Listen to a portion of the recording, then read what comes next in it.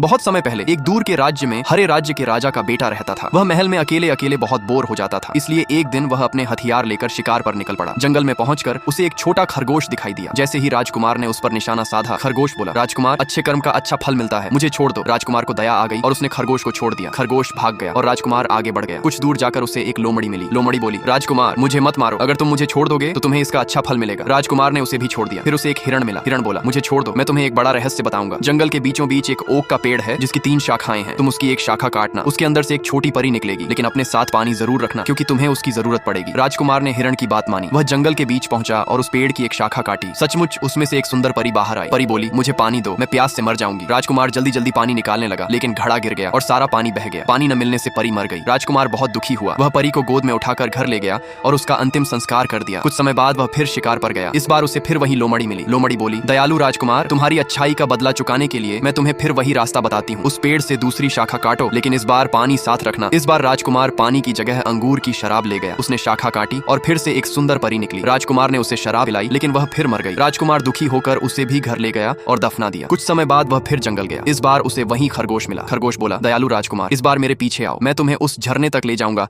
जहाँ से तुम्हें साफ पानी मिलेगा। वे दोनों पेड़ के पास पहुंचे। राजकुमार ने तीसरी शाखा काटी। फिर एक सुंदर परी बाहर आई और बोली, पानी पानी, मैं प्यास से मर जाऊंगी। खरगोश ने तुरंत झरने का पानी उसे पिला दिया। इस बार परी बच गई। परी घुटनों के बल बैठ गई और बोली, राजकुमार, आपने मुझे इस पेड़ की कैद से मुक्त किया है, आपका धन्यवाद। फिर दोनों ने एक दूसरे को गले लगाया और खुशी से साथ चल पड़े। रास्ते में उन्हें महल के पास एक कुआं मिला। वे वहां बैठ गए। परी बोली, मैं अपने परी वाले कपड़ों में महल नहीं जाना चाहती, आप मेरे लिए नए कपड़े ले आइए। ये कहकर परी एक बड़े बरगद के पेड़ पर चढ़कर इंतजार करने लगी। तभी वहां एक बूढ़ी चुड़ैल पानी पीने आई। उसने कुएं में झांका और उसमें एक सुंदर सफेद परी की परछाई देखी। वह इधर उधर देखने लगी और आखिरकार पेड़ पर बैठी परी को देख लिया। चुड़ैल ने उसे नीचे बुलाया और पूछा, तुम पेड़ पर क्यों बैठी हो? भोली परी ने सारी बात बता दी। तभी चुड़ैल ने उसे पकड़कर कुएं में धक्का दे दिया। परी एक सुंदर सुनहरी मछली बन गई।